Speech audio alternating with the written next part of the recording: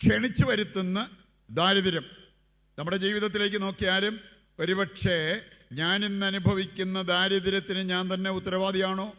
5 കാര്യങ്ങളെക്കുറിച്ച് വചന വെളിച്ചത്തിൽ നമുക്ക് ചിന്തിക്കാൻ പറ്റും. ദാരിദ്ര്യം ക്ഷണിച്ചു വരുത്തുന്ന 5 കാര്യങ്ങൾ. ഒന്നാമത്തേത് അറിയാൻ നിങ്ങൾ പ്രഭാഷകന്റെ പുസ്തകം 18:32 വായിച്ചാൽ. പ്രഭാഷകൻ 18:32. ആഡംബരത്തിൽ അതിരുകവിഞ്ഞ അഭിനിവേശം അരുത്, അത് നിന്നെ ദരിദ്രനാക്കും. ചിലരെ ഞാൻ കണ്ടിട്ടുണ്ട്, അവർ വരവറിഞ്ഞ് ചെലവാക്കത്തുള്ളൂ. വേറെ ചിലർക്ക് വരവൊന്നും പ്രശ്നമല്ല, അത് മോഷ്ടിച്ചിട്ടാണേലും വേണ്ടിയില്ല, ഏത് വിധത്തിൽ പിടിച്ചെടുത്തിട്ടാണേലും വേണ്ടിയില്ല, ചെലവാക്കണം. അതിനുവേണ്ടി വേണേൽ ലോൺ എടുക്കും, അതിനുവേണ്ടി വേണേ ആളുകളുടെ മുമ്പിൽ പോയി യാചിക്കും, ഇരക്കും, ചെലവാക്കാൻ വേണ്ടി. കാരണം അവർ ലാവിഷായിട്ട് ജീവിക്കണം. ഇവിടെ പറഞ്ഞിരിക്കുകയാണ്, ആഡംബരം അത് നിന്നെ ദാരിദ്ര്യത്തിലേക്ക് നയിക്കും.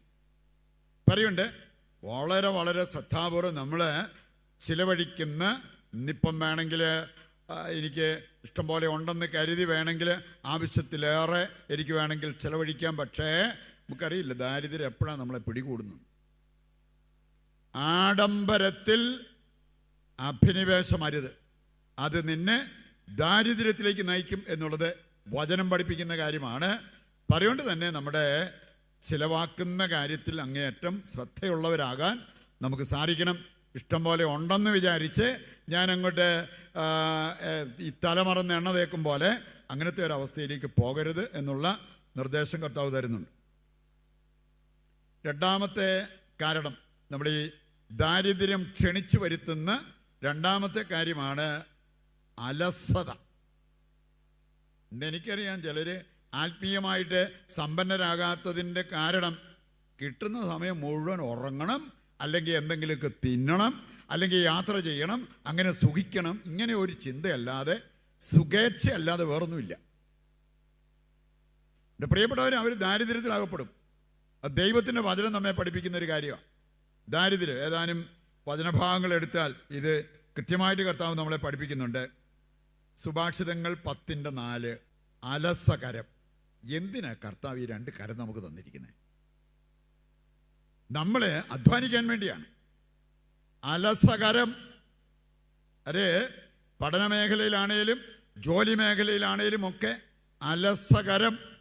അതുകൊണ്ട് തന്നെ ദാരിദ്ര്യത്തിലാകപ്പെടുന്നവർ. അലസത കാരണം നല്ലൊന്നാന്തരം ജോലി ഉണ്ടായിരുന്നു, അത് നഷ്ടപ്പെട്ടു. ഇപ്പോൾ വീട്ടിലിരിക്കുക, പറമ്പിലേക്ക് ഇറങ്ങി ഒന്നും പണിയാൻ തോന്നുന്നുമില്ല, അതിന് മനസ്സുമില്ല, അല്ലെങ്കിൽ അതിനുള്ള ആരോഗ്യമില്ല. നല്ല ഒന്നാന്തരം ജോലി ഉണ്ടായിരുന്നു, അലസത കാരണം അതുകൊണ്ട് കളഞ്ഞു. അലസകരം. ഇന്നങ്ങനെ നല്ല ശമ്പളം കിട്ടിക്കൊണ്ടിരുന്നു, ഇന്നില്ല. അപ്പം അതുകൊണ്ട് തന്നെ പട്ടിണിയായി, ദാരിദ്ര്യമായി. കാരണം അലസകരം. മറ്റൊരു വചനം സുഭാഷിതങ്ങൾ 19:15 വായിച്ചാൽ കാണാൻ സാധിക്കും. സുഭാഷിതങ്ങൾ 19:15. മടിയൻ പട്ടിണി കിടക്കേണ്ടി വരും. അതൊക്കെ ദാരിദ്ര്യം വരുത്തുന്ന മറ്റൊരു കാരണം ഇവിടെ പറഞ്ഞിരിക്കുകയാണ്. മടി പിടിച്ചിരിക്കുന്നത്, അലസത. മടിയൻ പട്ടിണി കിടക്കേണ്ടി വരും. നിങ്ങൾ ഈ കൂട്ടായ്മയ്ക്ക് വരുന്നവരാണേലും ശരിക്കും നിങ്ങൾ ഒരു അധ്വാനശീലരാകാൻ. ചില ഞാൻ കണ്ടിട്ടുണ്ട്, ഏത് കൂട്ടായ്മയിൽ അവർ പോയാലും അവിടെ കിട്ടുന്ന വചനങ്ങൾ എഴുതി വെക്കും, അത് പിന്നെയും വായിക്കും, അത് വെച്ച് പ്രാർത്ഥിക്കും. അങ്ങനെ ആത്മീയതയിൽ ഒരു തിളക്കം. ഇതിനൊന്നും മനസ്സ് കാണിക്കാതെ അലസരായി കഴിഞ്ഞിരുന്നാൽ ആത്മീയ ദാരിദ്ര്യം നമ്മയും പിടികൂടാം. പറയുണ്ട്, മടിയൻ അവൻ നയിക്കപ്പെടുന്നത് പട്ടിണിയിലേക്കാണ്. 23-ാം അധ്യായം സുഭാഷിതങ്ങൾ തന്നെ 23:30 വായിച്ചാൽ, അലസനെ ദാരിദ്ര്യവും പട്ടിണിയും പിടികൂടും. ഏതാനും വചനങ്ങളെ ഞാൻ ബൈബിളിൽ നിർത്തുള്ളൂ, ഇത് കൂടാതെ എന്തോരം ഉണ്ടെന്നറിയോ. അലസത മൂലം ദാരിദ്ര്യം നമ്മൾ അനുഭവിക്കേണ്ടി വരും എന്ന് കൃത്യമായിട്ട് കർത്താവ് പഠിപ്പിച്ചിരിക്കുന്ന കാര്യങ്ങൾ. തോബിത്ത് 4-ാം അധ്യായം 13-ാമത്തെ വചനം എടുത്താൽ, തോബിത്ത് 4:13 പറഞ്ഞിട്ടുണ്ട്, അലസത മൂലം വരുന്ന അലസർക്ക് പറഞ്ഞിരിക്കുന്ന 2 കാര്യങ്ങൾ: പട്ടിണി, നാശം. പട്ടിണിയും നാശവും. അത് ആത്മീയ തലത്തിൽ മാത്രമല്ല കേട്ടോ, ഭൗതിക തലത്തിലും ഉണ്ടാകാം. അത് വരാതിരിക്കണമെങ്കിൽ നമ്മുടെ കരം അലസകരമാകരുത്.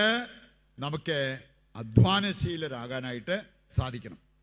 ആത്മീയ സമ്പത്താണേലും ഭൗതിക സമ്പത്താണേലും വർഷിക്കപ്പെടുന്നത് അധ്വാനിക്കുന്നവരുടെ മേലാണെന്ന് വിശുദ്ധ അംബ്രോസ് കൃത്യമായിട്ട് പഠിപ്പിച്ചിരിക്കുന്ന ഒരു കാര്യമാണ്.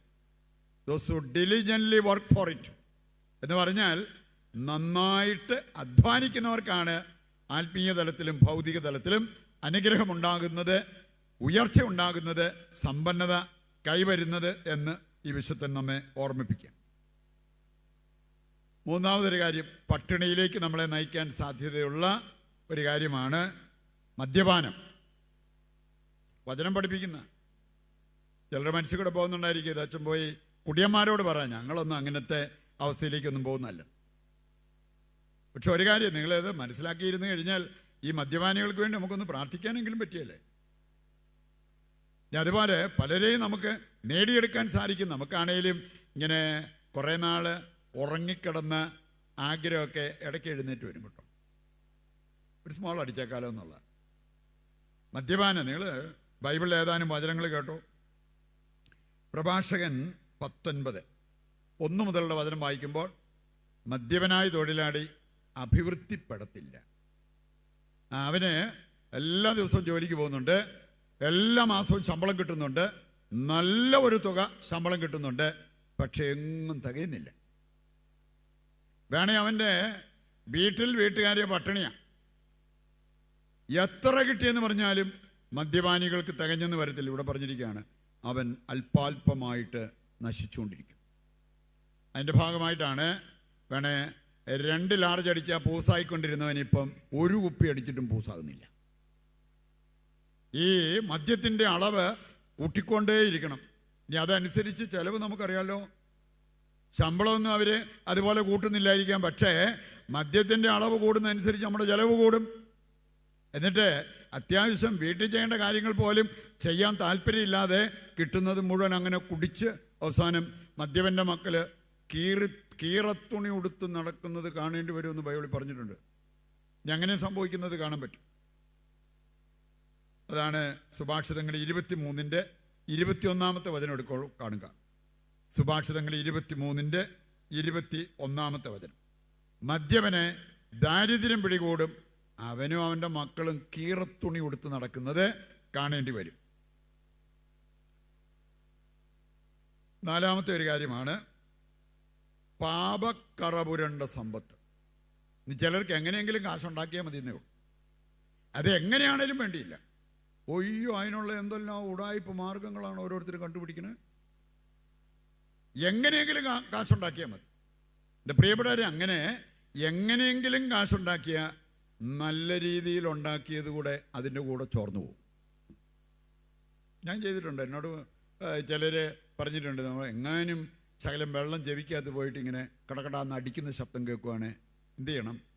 കുറച്ച് വെള്ളം കൂടി അതിനകത്തോട്ട് അങ്ങ് ഒഴിച്ചാൽ മതി. എന്നിട്ട് ചരിച്ച് കഴിയുമ്പോഴത്തേക്കും ഈ നേരത്തെ കിടന്ന് ശബ്ദം ഉണ്ടാക്കിക്കൊണ്ടിരുന്ന വെള്ളം കൂടി ആ കൂടെ പൊക്കോളും. നല്ല രീതിയിൽ ഉണ്ടാക്കിയ സമ്പത്തോടെ ചോർന്നു പോകും. പാപക്കറപുരണ്ട സമ്പത്തിന് വേണ്ടി നമ്മൾ പോയി കഴിഞ്ഞാൽ പരിവുണ്ട്. സമ്പത്ത് ശേഖരിക്കുന്നതിൽ കുഴപ്പമില്ല, പാപക്കറ ഉണ്ടാകരുത് എന്ന് വചനം കൃത്യമായിട്ട് നമ്മളെ ഓർമ്മിപ്പിക്കുന്ന കാര്യമാണ്. സുഭാഷിതങ്ങൾ 21 അധ്യായത്തിൻ്റെ 8-ാമത്തെ വചനം എടുത്താൽ അവിടെ പറഞ്ഞിട്ടുണ്ട്. സുഭാഷിതങ്ങൾ 21:6 കേട്ടോ, 21:6. കള്ളം പറയുന്ന നാവ് നേടിത്തരുന്ന സമ്പത്ത് തിരോഭവിക്കുന്ന നീരാവിയും മരണത്തിൻ്റെ കെണിയുമാണ്. ഇവിടെ കള്ളത്തരം കാണിച്ച് ഉടായ്പ് കാണിച്ച് എന്തെങ്കിലും നേടിയ കുറേ കാശ് കയ്യിലേക്ക് വന്നു. എങ്ങനെയുള്ള കാശാ? കറപുരണ്ടത്. ഇനി എന്തായിരിക്കും അതിൻ്റെ ഭാവി? അത് നീരാവി പോലെ പറന്നു പോകും. മാത്രമല്ല, അത് നിനക്ക് മരണത്തിൻ്റെ കെണിയായി മാറും. പറയുണ്ട്, എങ്ങനെയെങ്കിലും സമ്പത്ത് ശേഖരിച്ചാൽ പോരെന്ന്. അത്യുന്നതനായ ദൈവത്തിൻ്റെ കൽപ്പന പ്രകാരം, അവൻ്റെ ഇഷ്ടപ്രകാരം നമുക്ക് ശേഖരിക്കാൻ സാധിക്കണം. അതിനെ ശ്രദ്ധിക്കുന്നവർക്ക് ആത്മീയ സമ്പത്തുണ്ടാവും. അതല്ലേ കുറേ കാശുണ്ടാക്കി വെക്കാന്നേ ഉള്ളൂ, ആത്മീയ സമ്പത്തുണ്ടാകില്ല. പ്രഭാഷകൻ 21:8. പ്രഭാഷകൻ 21:8 കൂടെ വായിച്ചാൽ അവിടെ പറഞ്ഞിട്ടുണ്ട്, അന്യൻ്റെ പണം കൊണ്ട്, നിനക്കർഹമല്ലാത്ത മറ്റൊരുവൻ അർഹമായ പണം കൊണ്ട് നീ വീട് പണിതാൽ നിന്റെ ശവകുടീരത്തിനുള്ള കല്ല് നീ ശേഖരിക്കുന്നവനെ പോലെയാണ്. ഇന്ന് ഇതുപോലെ സ്വസ്ഥതയും സമാധാനവും ഇല്ലാതെ ബംഗ്ലാവിൽ കഴിയുന്ന ആൾക്കാരുണ്ട്. സഹോദരങ്ങൾക്ക് അർഹതപ്പെട്ടത് അത് കൊടുത്തിട്ടൊന്നുമില്ല, അത് പിടിച്ച് അവര് കൈവശം വെച്ചിരിക്കുക. എന്നിട്ട് അതുകൊണ്ട് ആർഭാടമായിട്ട് നമ്മൾ ജീവിച്ചാൽ, എൻ്റെ പ്രിയപ്പെട്ടവരെ, വചനം പറയാണ്, നീ ഓർത്തോണം, നിന്റെ ശവകുടീരത്തിനുള്ള കല്ല് നീ ശേഖരിക്കുകയാണ് എന്ന് പറഞ്ഞാൽ ഇത് ഉപകാരത്തെക്കാൾ ഉപദ്രവമായിട്ട് മാറും. ഉപകാരത്തേക്കാൾ. അതാ ജോബിൻ്റെ പുസ്തകം 20:19 വചനം എടുത്താൽ അവിടെ പറഞ്ഞിട്ടുണ്ട്, നീ പണിയാത്ത ഭവനം മറ്റൊരാൾ അവന് വേണ്ടി പണിതാണ്, പക്ഷേ നീ ഭീഷണിപ്പെടുത്തിയോ കേസ് കൊടുത്തോ അങ്ങനെ ഏതെങ്കിലും വിധത്തിൽ നീ അത് പിടിച്ചെടുത്തു, എന്നിട്ട് നീ അതിനകത്ത് നല്ല കട്ടിലും മെത്തയൊക്കെ ഇട്ട് നല്ല തലയണയൊക്കെ ഉപയോഗിച്ച് സൂപ്പറായിട്ട് അവിടെ കിടക്കുക.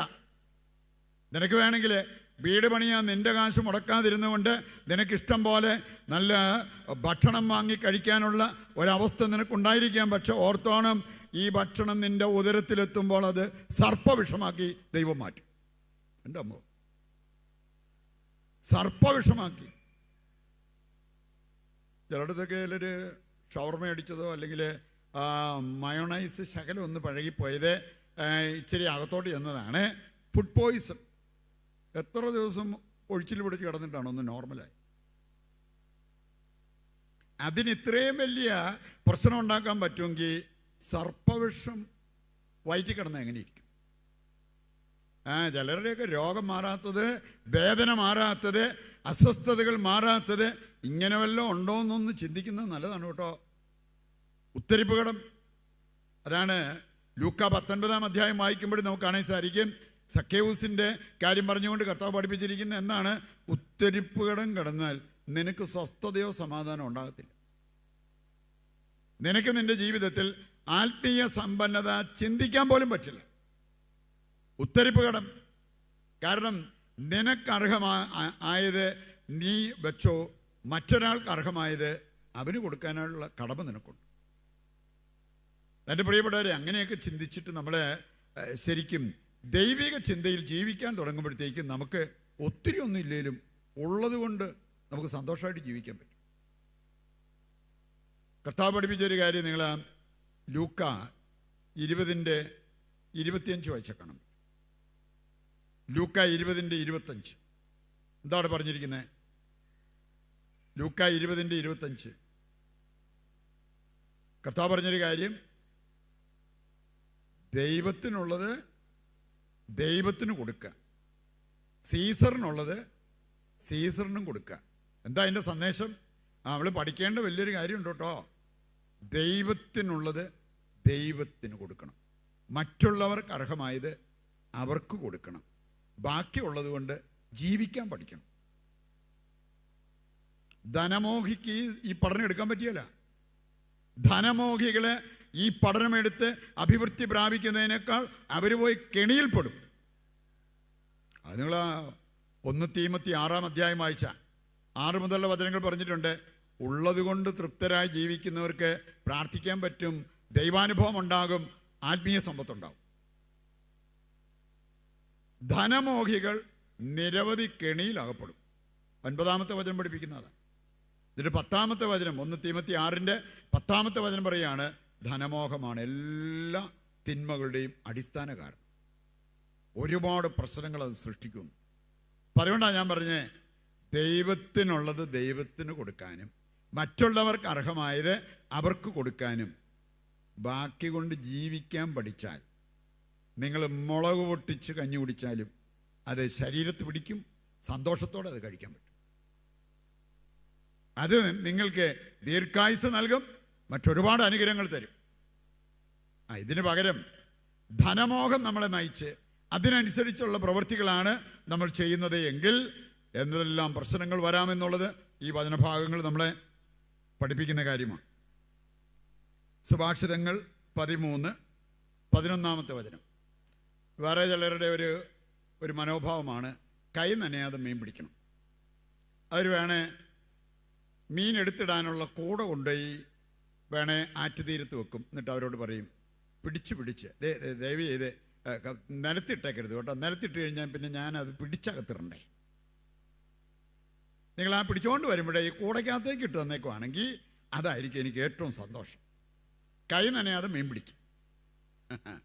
അങ്ങനെ ഒരു കാര്യം ഇവിടെ പറഞ്ഞിട്ടുണ്ട് കേട്ടോ. സുഭാഷിതങ്ങൾ 13:11 അനായാസം നേടിയ സമ്പത്ത് ക്ഷയിച്ചു പോകും, നിലനിൽക്കില്ല. അധ്വാനിക്കാതെ ഉണ്ടാക്കിയ സമ്പത്ത് ക്ഷയിച്ചു പോകും. ചിലര് കാരണവന്മാരിൽ നിന്ന് അവർ ശരിക്കും അധ്വാനിച്ചുണ്ടാക്കിയതാണ്, മൊത്തം വെട്ടിപ്പിടിച്ചു. എന്നിട്ട് ഇന്ന് പാപ്പരായിട്ട് നടക്കുക. ഇഷ്ടം പോലെ വെട്ടിപ്പിടിച്ചതാ. അനായാസം നേടിയ സമ്പത്ത് ക്ഷയിച്ചു പോകും. അതുകൊണ്ട് എൻ്റെ പ്രിയപ്പെട്ടവർ, നമ്മൾ അധ്വാനശീലരായിട്ട് മാറണം. അധ്വാനിച്ച് സമ്പാദിച്ചിട്ട് ചെലവഴിക്കാൻ നോക്കണം. നല്ല ആരോഗ്യം, നല്ല ചക്കക്കുരു പോലെ ഇരുന്നിട്ട് വേണമെങ്കിൽ അധ്വാനിക്കാനാണെങ്കിൽ അധ്വാനിക്കാനുള്ള എല്ലാ സാധ്യതകളും ഉണ്ടായിട്ട് അതൊന്നും ചെയ്യാതെ കൈ നനയാതെ മീൻപിടുത്തും. ഈ മനോഭാവം മാറ്റാതെ ആത്മീയ സമ്പത്ത് നമുക്കുണ്ടാകത്തില്ല. ലൗകിക സമ്പത്ത് കുറച്ച് നാളത്തേക്ക് ഇങ്ങനെയൊക്കെ പിടിച്ചെടുത്താൽ ഉണ്ടായേക്കാം, പക്ഷേ ആത്മീയ സമ്പത്ത് ഉണ്ടാകത്തില്ല.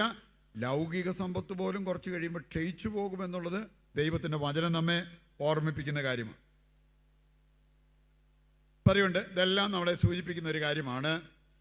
ധനമോഹം അത് എത്രമാത്രം അപകടകാരിയാണ് എന്നുള്ളത് കർത്താവിൻ്റെ വചനം നമ്മെ ഓർമ്മിപ്പിക്കുന്നുണ്ട്. സുഭാഷിതങ്ങൾ 23:5 കൂടി എടുക്കുകയാണെങ്കിൽ ഇങ്ങനെയുള്ളവർക്ക് പറ്റാവുന്ന ഒരവസ്ഥയെക്കുറിച്ച് അവിടെ പറഞ്ഞിട്ടുണ്ട്. അവർ ചിലപ്പം വിചാരിക്കും, എനിക്ക് ബാങ്കിൽ ഇഷ്ടം പോലെ കിടപ്പുണ്ട്, എനിക്കെൻ്റെ അപ്പൻ്റെ കയ്യിൽ നീ ഇതെല്ലാം കൂടെ എനിക്ക് എടുക്കാൻ പറ്റുകയാണെങ്കിൽ എനിക്ക് ആവശ്യത്തിലേറെ സമ്പത്തുണ്ടാവും. ബൈബിളിൽ വചനം പറയുന്നത് എന്താണെന്നറിയോ? സുഭാഷിതങ്ങൾ 23:5 വായിച്ചോ. നീ സമ്പത്തിൻ്റെ മേൽ കണ്ണ് വയ്ക്കുമ്പോഴേക്കും അത് അപ്രത്യക്ഷമാവും. അത് നിന്റെ കയ്യിലേക്ക് വരണമെന്നില്ല. അങ്ങനെ വല്ലവരും ഉണ്ടാക്കി വെച്ച സമ്പത്തിലേക്ക് നോക്കിയിരിക്കുന്നതിനേക്കാൾ നമുക്കൊന്ന് അധ്വാനിക്കാൻ തുടങ്ങാൻ സാധിച്ചാൽ എൻ്റെ പ്രിയപ്പെട്ടവരെ, വലിയ സമ്പത്ത് നമുക്ക് കൈവരിക്കാൻ സാധിക്കും എന്നുള്ളത് വചനം നമ്മെ ഓർമ്മിപ്പിക്കുന്ന കാര്യമാണ്. സമ്പന്നത കൈവരിക്കാൻ ആഗ്രഹിക്കുന്നവർ അതിനാദ്യമേ ഒരു വിടുതൽ പ്രാപിക്കും. ഏതെങ്കിലും വിധത്തിലുള്ള അടിമത്തം നമ്മുടെ ജീവിതത്തിൽ സ്ഥാനം പിടിച്ചിട്ടുണ്ടെങ്കിൽ അതാദ്യം മാറണം. അങ്ങനെ വന്നു കഴിഞ്ഞാൽ നമുക്ക് ആ സ്വാതന്ത്ര്യം, ആത്മീയ സമ്പത്ത് എടുക്കാനുള്ള സ്വാതന്ത്ര്യം അത് നമുക്കുണ്ടാവും. യഥാർത്ഥ സമ്പത്ത്, ഏറ്റവും വലിയ സമ്പത്ത് ഏതെന്ന് തിരിച്ചറിയാനുള്ള വിവേകം നമുക്കുണ്ടാവും. അത് വളരെ പ്രധാനപ്പെട്ടൊരു കാര്യമാണ്. ഞാനൊരു 7 കാര്യങ്ങൾ മാത്രം, നമ്മളെ അടിമപ്പെടുത്തുന്ന 7 കാര്യങ്ങൾ പെട്ടെന്നൊന്ന് പറഞ്ഞു പോകുമ്പോൾ നിങ്ങൾ കുറിച്ച് വെക്കേണ്ടവർക്ക് കുറിച്ച് വെക്കാം. ഇതിലേതെങ്കിലും കാര്യം നമ്മുടെ ജീവിതവുമായി ബന്ധപ്പെട്ട് കിടക്കുന്നതാണെങ്കിൽ ആ മേഖല സമർപ്പിച്ച് നമുക്ക് പ്രാർത്ഥിച്ച് സ്വാതന്ത്ര്യം പ്രാപിക്കും. അതില്ലാതെ സമ്പന്നരാകാൻ ആഗ്രഹിച്ചിട്ട് കാര്യമൊന്നുമില്ല, ആത്മീയ സമ്പത്ത് ആഗ്രഹിച്ചിട്ട് കാര്യമൊന്നുമില്ല. ആദ്യം ഈ അടിമത്തം മാറണം.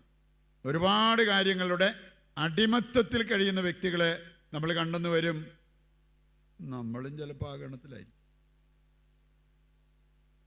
നാളുകളായിട്ട് പ്രാർത്ഥനയും കാര്യങ്ങളൊക്കെ ആയിട്ട് നടക്കുന്നവരും വന്ന് സംസാരിക്കുകയോ പ്രാർത്ഥന സ്വീകരിക്കാൻ വരികയോ ഒക്കെ ചെയ്യുമ്പോഴത്തേക്കും ഈ അടിമത്തം ഒന്നും നമ്മൾ പ്രാർത്ഥനക്കാരെ ഒന്നും വിട്ടുപോയിട്ടൊന്നുമില്ല. പറയുണ്ട്, ശരിക്കുള്ള സ്വാതന്ത്ര്യവും സമ്പത്തും ആഗ്രഹിക്കുന്നവര് ഈ അടിമത്തത്തിൽ നിന്ന് മോചനം പ്രാപിക്കും. ഒന്നാമത്തെ അടിമത്തം, പാപത്തിൻ്റെ അടിമത്തം. പാപം ചിലർക്ക് പിന്നെ അറിയാം, സംസാരം കഴിഞ്ഞാലും പഴയതുപോലെയൊക്കെ ഉള്ളെന്ന് പറയുണ്ട്. ഞാനത് നിർത്താൻ പോകുന്നു എന്നൊന്നും ചിലർ പറയത്തില്ല.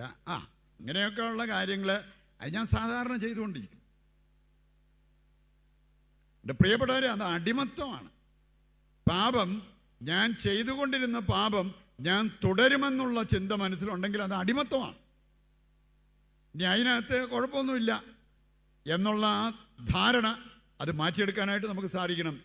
കർത്താവ് അനുതാപികൾക്ക് കൊടുത്തൊരു സന്ദേശമുണ്ട്. മേലിൽ പാപം ചെയ്യരുത്. അനുതാപികൾക്ക്, അല്ലാതെ ഈ അനുതാപം പോലെ ഇല്ലാതിരുന്നവരെ നോക്കിയല്ല പറഞ്ഞത്. അനുതാപികൾക്ക് മേലിൽ പാപം ചെയ്യരുത്. യോഹന്നാൻ 8:34, പാപം ചെയ്യുന്നവർ പാപത്തിൻ്റെ അടിമകളാണ്.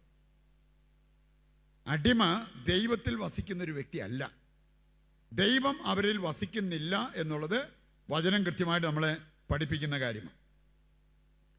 റോമാലേഖനം 6-ാം അധ്യായം 16-ാമത്തെ വചനം എടുത്താൽ 2 തരം അടിമത്തത്തെക്കുറിച്ച് അവിടെ പറഞ്ഞിട്ടുണ്ട്. ഒന്ന് നല്ലതാ, ഗുഡ് കൊളസ്ട്രോൾ എന്ന് പറയുന്ന പോലെ നല്ല അടിമത്തം. അതെന്താ? യേശുവിൻ്റെ അടിമകളായി ജീവിക്കുന്നത്. പണ്ടൊക്കെ നമുക്കൊരു സമ്പ്രദായം ഉണ്ടായിരുന്നു, മാതാവിനെ അടിമ വെക്കുക, അല്ലെങ്കിൽ ചില വിശുദ്ധർക്ക് അടിമ വെക്കുക പിള്ളേരെ കൊണ്ടുപോയി. അപ്പം അത് കേട്ട് കഴിഞ്ഞാൽ പിള്ളേർ വീട്ടിൽ പോലും കയറിയ അവരോടിക്കളെ, അവരെ കൊല്ലാൻ കൊണ്ടുപോകുന്ന പോലെ അവർ അടിമ വെക്കുക. യേശുവിൻ്റെ അടിമയാകുക എന്ന് പറഞ്ഞാൽ അതൊരു നെഗറ്റീവായിട്ടുള്ളൊരു കാര്യമല്ല, ശരിക്കും പോസിറ്റീവായിട്ടുള്ളൊരു കാര്യമാണ്. അതിൻ്റെ നേരെ വിപരീതമാണ് പാപത്തിൻ്റെ അടിമ. അവർക്ക് യേശുവുമായിട്ട്, ദൈവവുമായിട്ട്, ദൈവിക കാര്യങ്ങളുമായിട്ട് വലിയ ബന്ധമൊന്നും ഉണ്ടാകണമെന്നില്ല.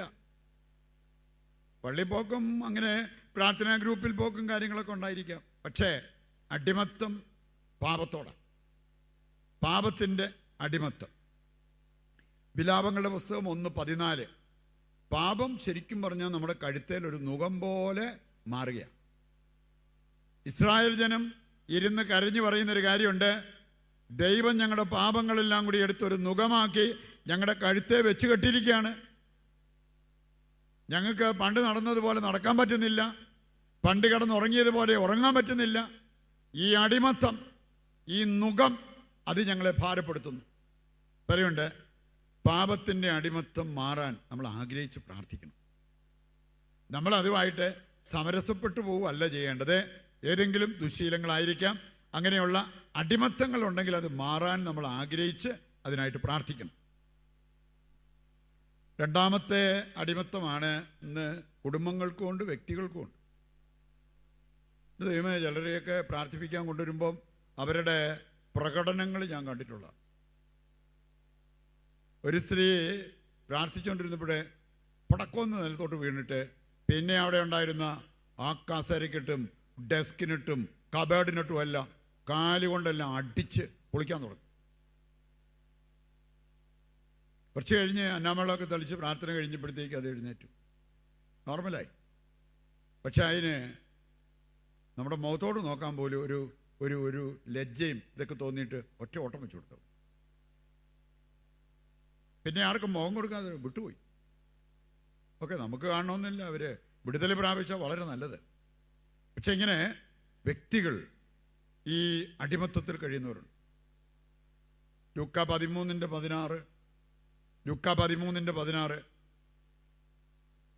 പിശാചിൻ്റെ അടിമയായിരുന്ന ഒരു സ്ത്രീയെക്കുറിച്ച് അവിടെ പറഞ്ഞിട്ടുണ്ട്.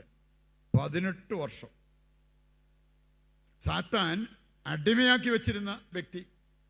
ചിലരെ സംബന്ധിച്ചിടത്തോളം അടിമത്തം വളരെ കംഫർട്ടബിളായിട്ട് മാറിയിരിക്കുക. പിശാചിൻ്റെ അടിമയായിട്ട് ജീവിക്കുന്നത്, അങ്ങനെയുള്ള ചില കുടുംബങ്ങൾ പോലും ശരിക്കും ചില വീട്ടിലേക്ക് കയറി ചെല്ലുമ്പോൾ നടവാതൊക്കെ ചെന്നാൽ മതി, മുഷുക്കുമാണ്. തപ്പിയാൽ അവിടെ ചത്തിചീഞ്ഞ് എലിയോ കാര്യങ്ങളൊന്നും ഉണ്ടാകണമെന്നൊന്നുമില്ല. ഈ വിശ്വാസത്യാഗം നടത്തിയതിൻ്റെ ഒരടയാളമാണ് മുഷുക്കുമണം.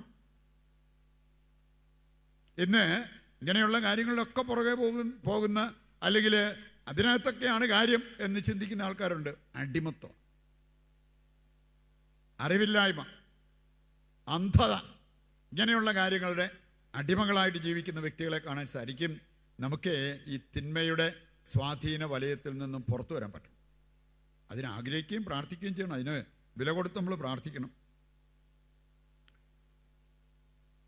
മൂന്നാമത്തെ കാര്യമാണ് ലോകത്തിൻ്റെ അടിമത്തം. ലോകം, നമ്മളാ വിതക്കാരൻ്റെ ഉപമയ്ക്കകത്ത് പറഞ്ഞിരിക്കുന്ന ഒരു കാര്യമുണ്ട്. കുറേ വിത്ത് വീണത് മുൾച്ചെടികൾക്കിടയിലാണ്. ബൈബിൾ പണ്ഡിതന്മാർ പഠിപ്പിക്കുന്ന ഒരു കാര്യമുണ്ട്. ഇന്ന് ഒത്തിരി ക്രിസ്ത്യാനികൾ മുൾച്ചെടികൾക്കിടയിൽ വീണ വിത്ത് പോലെയാണ്. എന്താ കാരണം? ലൗകിക ആകർഷണം. ലോകത്തോടുള്ള മൈത്രി. ഇനി അതിങ്ങനെ ചിലരെ അടിമയാക്കി മാറ്റിയിരിക്കുന്നത് കാണാൻ പറ്റും. ലോകം, ലൗകിക സുഖം, അത് വിട്ടിട്ടുള്ള ഒരു കളിയില്ല. പിന്നെ എങ്ങനെ ആത്മീയ സമ്പത്തുണ്ടാവും? യാക്കോബ് 4:4 പറഞ്ഞിരിക്കുന്നത് എന്താ? ലോകത്തോടുള്ള മൈത്രി ദൈവത്തോടുള്ള ശത്രുതയാണ്. അങ്ങനെ ശത്രുത വെച്ച് പുലർത്തുന്നവര് ആത്മീയ സമ്പത്ത് പ്രതീക്ഷിച്ചിട്ട് എന്ത് കാര്യം? 1 യോഹന്നാൻ 2:15-16 വചനങ്ങൾ വായിക്കുമ്പോൾ ലോകത്തെയോ ലോകത്തിലുള്ള വസ്തുക്കളെയോ സ്നേഹിക്കരുത്. ദൈവത്തെ സ്നേഹിക്കേണ്ടത് ഇന്ന് അസാധ്യമാക്കിയിരിക്കുന്നത് ലോകത്തെയും ലോകത്തിലുള്ള വസ്തുക്കളെയും സ്നേഹിക്കുന്ന പറയുണ്ട്. അവിടെ നമ്മുടെ നിങ്ങൾ തന്നെ കണ്ണു തുറന്ന് നോക്കിയാൽ മതി. പിള്ളേരൊക്കെ ഈ ലൗകികത അത് ശരിക്കും തലയ്ക്ക് പിടിച്ചിട്ട് അതിൽ മുങ്ങിക്കുളിച്ച് കഴിയുന്ന നിങ്ങളുടെ മക്കളുടെ ജീവിതത്തിലേക്ക് നോക്കിക്കോ. അവർക്ക് പ്രാർത്ഥിക്കാൻ പറ്റുമോ? അവർക്ക് ആത്മീയ കാര്യങ്ങളോട് താല്പര്യം വരുമോ? ഇത് തന്നെ നമ്മുടെ ജീവിതത്തിലും സംഭവിക്കും. പറയുണ്ട്, ലോകം നമ്മെ അടിമയാക്കരുത് എന്നുള്ളത് ദൈവത്തിൻ്റെ വചനം നമ്മെ ഓർമ്മിപ്പിക്കുന്ന കാര്യമാണ്. മറ്റൊന്നാണ് ജഡം. നമുക്ക് ശരീരം ഉണ്ടല്ലോ. ജഡം ഒന്നിനും ഉപകരിക്കുന്നതല്ല എന്ന് പറഞ്ഞാലും ഇന്ന് ഒത്തിരി പേരുടെ ലക്ഷ്യം ജഡത്തെ പൂവിട്ട് പൂജിക്കുക. എൻ്റെ ശരീരം എന്ത് പറയുന്നോ, എൻ്റെ ശരീരം എന്ത് ആഗ്രഹിക്കുന്നോ അത് കൊടുക്കണം. ജഡത്തെ പൂവിട്ട് പൂജിക്കുന്ന ആ ഒരു മനോഭാവം. നിങ്ങൾ റോമ 6:12 പറഞ്ഞിരിക്കുന്നത്, ജഡം നിങ്ങളുടെ ശരീരത്തിൽ അല്ലെങ്കിൽ ജഡമോഹം നിങ്ങളുടെ മേൽ ഭരണം നടത്തരുത്. പാപം നിങ്ങളുടെ മേൽ ഭരണം നടത്തരുത്. അങ്ങനെ നടത്തിയാൽ നിങ്ങൾ അടിമകളായിട്ട് മാറും. പറയുണ്ട്, അത് വരാതിരിക്കാൻ പ്രത്യേകം ശ്രദ്ധിക്കണമെന്നുള്ളത് റോമ 6:12 വായിച്ചാൽ കാണാൻ പറ്റും. 8-ാം അധ്യായം 13, ജഡികരായി ജീവിച്ചാൽ നിങ്ങൾ തീർച്ചയായും മരിക്കും. ഈ ജഡിക പ്രവണതകളെ ആത്മാവിനാൽ നിഹനിക്കുന്നവരാണ് നിത്യജീവനിലേക്ക് പ്രവേശിക്കുന്നത്. പറയുണ്ട്, ജഡത്തിൻ്റെ അടിമത്തം നമ്മളിൽ ഉണ്ടെങ്കിൽ, ജഡമോഹം നമ്മളെ കീഴ്പ്പെടുത്തിയാൽ നമ്മുടെ ജീവിതം വട്ടപൂജ്യമാകും എന്നുള്ളത് വചനം കൃത്യം നമ്മളെ പഠിപ്പിക്കുന്ന. അടുത്ത അടിമത്തം ഉറക്കത്തിൻ്റെ അടിമത്തം. ഇത് കേട്ടിട്ട് ഉറക്കം മാറുന്നില്ലെങ്കിൽ എന്ത് ചെയ്യാൻ പറ്റും? നമുക്ക് ഉറക്കത്തിന് അടിമയാകരുതെന്ന് വചനം പഠിപ്പിക്കുന്നുണ്ട് കേട്ടോ. സുഭാഷിതങ്ങൾ 20:13 വായിച്ചു. നിങ്ങൾ തന്നെ വായിച്ചു, അല്ല പിന്നെ ഞാൻ ഉണ്ടാക്കി പറഞ്ഞാന്ന് തോന്നിയ. സുഭാഷിതങ്ങൾ 20:13 വചനം. എന്തോ ഒച്ച വായിര്. ഉറക്കത്തിന് അടിമയാകരുത്. ഞാൻ എന്തെങ്കിലും കൂട്ടിച്ചേർത്തോ? ഉറക്കത്തിന് അടിമയാകരുത്, ദാരിദ്ര്യം നിന്നെ പിടികൂടും. ഇത് ദാരിദ്ര്യം ക്ഷണിച്ചു വരുത്തുന്ന ഒരു കാര്യമാണെന്ന് വചനം നമ്മെ ഓർമ്മിപ്പിക്കുകയാണ്. മാത്രമല്ല, ഇതൊരു അടിമത്തമാണ്. അടിമത്തം. അപ്പസ്തോല പ്രവർത്തനം 20:7 മുതൽ വായിച്ചാൽ യൗത്തിക്കോസിന് പറ്റിയ കാര്യം. പുള്ളി ശുശ്രൂഷയ്ക്ക് വന്നിട്ട് അവസാനം പുള്ളി മരിച്ചു വീഴുന്ന രംഗം ഉണ്ടായി. 3-ാം നിലയിൽ നിന്ന് താഴെ പോയതാണ്. പിന്നെ പൗലോസിന് കഴിവുണ്ടായിരുന്നുകൊണ്ട് പൗലോസ് അവനെ ജീവൻ കൊടുത്ത് വീണ്ടും എഴുന്നേൽപ്പിച്ച് അവനെ പറഞ്ഞു വിടുന്നത് കാണാൻ പറ്റും. നിങ്ങളെങ്ങാനും ഇവിടെ ഉറങ്ങി വീണ് മരിക്കുവാണ്, ഉറപ്പാ ശവാടക്ക്. അതല്ലാതെ ഇവിടെ ആരും ജീവനിലേക്കൊന്നും കൊണ്ട് അതിനുള്ള കെൽപ്പൊന്നും ഉള്ളവരുണ്ടോ എന്ന് തോന്നുന്നില്ല. പൗലോസ് ഇവിടെ ഇല്ല, അതുകൊണ്ടാണ് പറഞ്ഞത്. വീണതാണ്, പിന്നെ അടക്കാം. അപ്പം അതുകൊണ്ട് ഇത് വരുത്താവുന്ന പ്രശ്നം ചില്ലറ പ്രശ്നമല്ല എന്നുള്ളത് നമ്മൾ തിരിച്ചറിയാം. അതിനുവേണ്ടി ഞാൻ പറഞ്ഞു. അവസാനമായിട്ട് നമുക്ക് എടുക്കാവുന്ന ഒരു അടിമത്തമാണ് ഭയം. ഇത് പലപ്പോഴും ഓർത്തിട്ടുണ്ട്. ഇന്ന് ചിലർ ഒരു പ്രാർത്ഥനയെ സ്വീകരിക്കുമ്പോൾ അല്ലെങ്കിൽ പ്രാർത്ഥനാ വിഷയം പറയുമ്പോൾ ഇത് നിസ്സാര കാര്യങ്ങളാണ്, പക്ഷെ അവരെ അത് ഒരു അടിമയാക്കി വെച്ചിരിക്കുക ഭയത്തിൻ്റെ. മറ്റ് വ്യക്തികൾക്ക് അത് നിസ്സാരമായിട്ട് കണ്ട് മുമ്പോട്ട് പോകാം, പക്ഷെ ഇവരുടെ മനസ്സിനെ അത് ഭയപ്പെടുത്തുക. ഭയം അതൊരു കെണിയാണെന്ന് ദൈവവചനം നമ്മെ ഓർമ്മിപ്പിക്കുന്നുണ്ട്. സുഭാഷിതങ്ങൾ 29:25. സുഭാഷിതങ്ങൾ 29:25 അവിടെ പറഞ്ഞിരിക്കുന്നത് മനുഷ്യരെ ഭയപ്പെടുന്നത് ഒരു കെണിയാണ്. കെണിക്കകത്തുകൊണ്ടേ നമ്മൾ തലവെച്ച് കൊടുക്കരുത്. മനുഷ്യനെ ഭയപ്പെടുന്നത് ഒരു കെണിയാണ്. ഇതുപോലെ തന്നെ മറ്റൊരു കെണിയെക്കുറിച്ച് വിശുദ്ധ ഡോൺ ബോസ്കോ പഠിപ്പിക്കുന്നുണ്ട്. അതാണ് അലസത ഒരു കെണിയാണ്. വിശുദ്ധ ഡോൺ ബോസ്കോ പറഞ്ഞ ഇന്ന് ഒരുപാട് വ്യക്തികളുടെ നേരെ സാത്താൻ വെച്ച് നീട്ടുന്നൊരു കെണിയാണ് അലസത. ഒരുപാട് വ്യക്തികൾ അതിനകത്ത് അകപ്പെട്ടു പോകുന്നുണ്ട്. ശരിക്കും ഈ സ്വാതന്ത്ര്യം എന്ന് പറയുന്നത് എന്താണെന്ന് ചില ആത്മീയ ഗുരുക്കന്മാർ പഠിപ്പിക്കുന്നത് കാണാൻ പറ്റും.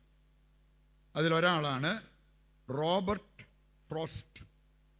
റോബർട്ട് ഫ്രോസ്റ്റ് നല്ല ആധ്യാത്മികതയിൽ വളർന്ന ഒരു വ്യക്തി. പുള്ളി പറഞ്ഞ എന്താണെന്നറിയോ? ധൈര്യപൂർവം ജീവിക്കുന്നതിലാണ് സ്വാതന്ത്ര്യം. ധൈര്യപൂർവം ജീവിക്കുന്നതിൽ. ഭയത്തിൻ്റെ അടിമകളായി മാറിയവർക്ക് സ്വാതന്ത്ര്യമില്ല. പ്രതിസന്ധികൾ, പ്രയാസങ്ങൾ അതൊക്കെ എല്ലാവരുടെയും ജീവിതത്തിൽ വരും. ചിലര് ഞാൻ കേട്ടിട്ടുണ്ട്, ഭാര്യ ഭർത്താക്കന്മാർ, ഭർത്താവിന് ഭയങ്കര ധൈര്യം, ഭാര്യയ്ക്ക് ചെറിയ കാര്യങ്ങൾ വരുമ്പോൾ പോലും ഭയങ്കരമായിട്ടുള്ള ആകുലത. വേറെ ചില കോമ്പിനേഷനും ഞാൻ കണ്ടിട്ടുണ്ട്, ഭാര്യയ്ക്ക് ഭയങ്കര ധൈര്യം, ഭർത്താവിന് ചെറിയൊരു കാര്യം വന്നാൽ മതി, പുള്ളി പിന്നെ വീട്ടിൽ നിന്ന് പുറത്തിറങ്ങത്തില്ല. എൻ്റെ പ്രിയപ്പെട്ടവർ, ശരിക്കും ഫ്രീഡം എന്താണെന്ന് നമ്മൾ മനസ്സിലാക്കിയിരിക്കണം. ധൈര്യപൂർവ്വം. കാരണം നമ്മൾ ഒറ്റയ്ക്കല്ല, ദൈവം നമ്മുടെ കൂടെയുണ്ട്.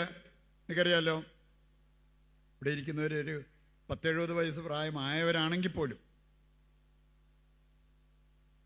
നിങ്ങൾ പാതിരായ്ക്ക് ഒറ്റയ്ക്ക് പോകുന്നതാണോ ധൈര്യം, ഒരാളുടെ കൂട്ടത്തിലുള്ളതാണോ? കൂടുതലുള്ളത് അല്ലേ? എല്ലാവരും പറയും ഒറ്റയ്ക്ക് പോവുകയാണെങ്കിൽ ചിലപ്പോൾ പോകുന്ന വഴിക്ക് എന്തെങ്കിലും ശബ്ദം വേണേൽ ഒരു തേങ്ങ വീണതായിരിക്കാം, അല്ലെ എന്തെങ്കിലും ഒരു കാറ്റത്തൊരു കൊമ്പ് ഒടിഞ്ഞു വീണതായിരിക്കാം. അത്രയും സംഭവിച്ചാൽ മതി. വീട്ടിൽ ചെന്ന് കഴിഞ്ഞാൽ വീണ്ടും ബാത്റൂമിൽ പോയി യൂറിൻ പാസ് ചെയ്യേണ്ട കാര്യം വരത്തില്ല. അത് വഴി വെച്ച് തന്നെ നടത്തി. ഒറ്റയ്ക്ക് പോകുമ്പോഴത്തേക്ക് നമ്മളെ ഇങ്ങനെ ഭയം ഹോണ്ട് ചെയ്യുന്ന ആ ഒരവസ്ഥ ഉണ്ടാകാം. അപ്പം ഇങ്ങനെയുള്ള കാര്യങ്ങളൊക്കെ സംഭവിക്കും. അപ്പോൾ ഒരാളുടെ കൂട്ടത്തിലുള്ളത് നല്ലതല്ലേ? ഒരു മനുഷ്യൻ ഇത്രയും മാറ്റം വരുത്താൻ പറ്റുമെങ്കിൽ ഒടേ തമ്പുരാൻ കൂട്ടത്തിലുണ്ടല്ലോ. ആ ഒരു ബോധ്യം നമുക്കുണ്ടെങ്കിലോ. 1 സാമുവേൽ 18:14 1 സാമുവേൽ 18:14 പറഞ്ഞിരിക്കുന്നൊരു കാര്യം, ദാവീദ് പോയിടത്തെല്ലാം കർത്താവ് അവൻ്റെ കൂടെ പോയി. ദൈവമക്കളെ, നമ്മുടെ ഹൃദയത്തിൽ എപ്പോഴും നമ്മൾ സൂക്ഷിക്കേണ്ട ഒരു വചന സന്ദേശം, നാം എവിടെ പോയാലും കർത്താവ് നമ്മുടെ കൂടെ വന്നോളും. അതിന് കർത്താവിനെ ക്ഷണിക്കണം. നമുക്കറിയാലോ, ഉത്ഥാനം ചെയ്ത കർത്താവ് പോകാൻ ഇങ്ങനെ വിട്ടുപോകാൻ തുടങ്ങിയപ്പോഴത്തേക്കാണ് അവർ പറഞ്ഞത്, നാഥ ഞങ്ങളുടെ കൂടെ വന്ന് വസിച്ചാലും. അവരവരുടെ കൂടെ പോയി വസിച്ചു. പറയുണ്ടേ, ഈ ദൈവം നമ്മുടെ കൂടെ വരാനും ദൈവം നമ്മുടെ കൂടെ വസിക്കാനുമൊക്കെ നമ്മൾ ആഗ്രഹിക്കണം. അതിനായിട്ട് ക്ഷണിക്കണം. ദൈവം വരും. അങ്ങനെയുള്ളവർ ഭയത്തിൻ്റെ അടിമകളായിട്ട് ജീവിക്കേണ്ടി വരില്ല എന്നുള്ള ആ ഒരു യാഥാർത്ഥ്യം നമ്മൾ തിരിച്ചറിയണം. ജോൺ പോൾ രണ്ടാമൻ മാർപ്പാപ്പ അദ്ദേഹം സൂചിപ്പിച്ചൊരു കാര്യമുണ്ട്, ശരിക്കും സ്വാതന്ത്ര്യം എന്ന് പറയുന്നത് എന്താണെന്ന്. ഇംഗ്ലീഷിൽ പറഞ്ഞ ഇങ്ങനെയാണ്, the might to do the right. ശരിയായത് ചെയ്യാനുള്ള ഒരു ദൃഢനിശ്ചയമുള്ള വ്യക്തികൾ, അവരാണ് ശരിക്കും സ്വാതന്ത്ര്യം അനുഭവിക്കുന്നവർ. ഒത്തിരി പേർക്ക് പറ്റുന്ന എന്നാണെന്നറിയോ? അയ്യോ, ഇത് ശരി ഇതാണേലും അതിൻ്റെ പുറകെ പോയി കഴിഞ്ഞാൽ ചിലപ്പം ആൾക്കാർ എന്നെ തെറ്റിദ്ധരിക്കും, അതല്ലെങ്കിൽ എനിക്ക് അനാവശ്യമായിട്ട് പിന്നെ പ്രശ്നങ്ങളൊക്കെ ഉണ്ടാവും. അപ്പം അറിവുണ്ട്, അതിലേക്ക് ഞാൻ പോകുന്നില്ല. അതങ്ങ് കണ്ണടച്ചേക്കാം, അല്ലെങ്കിൽ ഞാനങ്ങ് മിണ്ടാതിരുന്നേക്കാം. ഇങ്ങനെയൊക്കെ ചെയ്യുന്ന വ്യക്തികളുണ്ട് കേട്ടോ. കാരണം അത് പിന്നെ പൊല്ലാപ്പാവുന്നേ, അതുകൊണ്ട് അതൊക്കെ ഒഴിവാക്കിയേക്കാം. അതിൽ നിന്നും വ്യത്യസ്തമായൊരു കാര്യമാണ് ജോൺ പോൾ രണ്ടാമൻ മാർപ്പാപ്പ പഠിപ്പിച്ചത്, the might to do the right. ശരി ഏതാണെന്ന് അറിഞ്ഞു കഴിഞ്ഞാൽ ആ ശരിക്ക് വേണ്ടി നിലകൊള്ളണം. അത് നമ്മുടെ സംസാരത്തിലാണേലും പെരുമാറ്റത്തിലാണേലും ഇടപഴകുന്ന കാര്യത്തിലാണേലും അതിനുവേണ്ടി നിലകൊള്ളാൻ നമുക്ക് സാധിക്കണം. അങ്ങനെയുള്ളവരുടെ കൂടെ ദൈവം നിൽക്കും. അങ്ങനെയുള്ളവർക്ക് യഥാർത്ഥ സ്വാതന്ത്ര്യം എന്താണെന്ന് മനസ്സിലാക്കി അതനുസരിച്ച് അവരുടെ ജീവിതത്തിൽ മുമ്പോട്ട് പോകാൻ സാധിക്കും എന്നുള്ളത് ദൈവവചനം നമ്മെ ഓർമ്മിപ്പിക്കുന്ന ഒരു കാര്യമാണ്. നമുക്ക് ഈ കാര്യങ്ങൾ ഹൃദയത്തിലേക്ക് ഏറ്റെടുത്തുകൊണ്ട് പ്രാർത്ഥിക്കാം. ഏതെങ്കിലുമൊക്കെ വിധത്തിലുള്ള അടിമത്തങ്ങൾ നമ്മുടെ ജീവിതത്തിലുണ്ടെങ്കിൽ, ഇതിനേക്കാളൊക്കെ ഒരുപാട് പ്രശ്നമുണ്ടാക്കുന്ന ഒരു അടിമത്തമാണ് അഭിലാഷങ്ങളുടെ അടിമത്തം. പ്രഭാഷകൻ 6-ാം അധ്യായം 2 മുതലൊന്ന് വായിച്ചാൽ മതി. അഭിലാഷങ്ങളുടെ അടിമത്തം അത് നിന്നെ കാളക്കൂറ്റനെ പോലെ കുത്തിക്കീറി അവസാനം നീ ഒരു ഉണക്കമരമായി തീരും എന്നുള്ളത് ഈ വചനഭാഗം നമ്മെ ഓർമ്മിപ്പിക്കുന്ന കാര്യമാണ്. ഇതെല്ലാം കൂടെ ഹൃദയത്തിലേക്ക് ഏറ്റെടുത്തുകൊണ്ട് നമ്മൾ ശരിയായ ഒരു ആത്മീയ സമ്പത്ത്, ഏറ്റവും വലിയ സമ്പത്ത് ആത്മീയ സമ്പത്താണ്. അത് കൈവരിക്കാൻ നമുക്ക് സാധിക്കണമെങ്കിൽ ഒരു വിടുതൽ നമുക്ക് ആവശ്യമാണ്. അടിമത്തം മാറണം. പിന്നെ ഈ ഏറ്റവും വലിയ സമ്പത്ത് അത് ആഗ്രഹിച്ച് അതിനായിട്ട് പ്രാർത്ഥിക്കാൻ നമുക്ക് സാധിക്കണം. അപ്പോൾ നമ്മൾ കാശുകാരാകുന്നതിനേക്കാൾ സമ്പന്നരായിട്ട് മാറും. അതിലേക്കുള്ള വിളിയാണ് ദൈവമക്കൾ സ്വീകരിച്ചിരിക്കുന്നത് എന്ന് നമുക്ക് മനസ്സിലാക്കിയിരിക്കാം.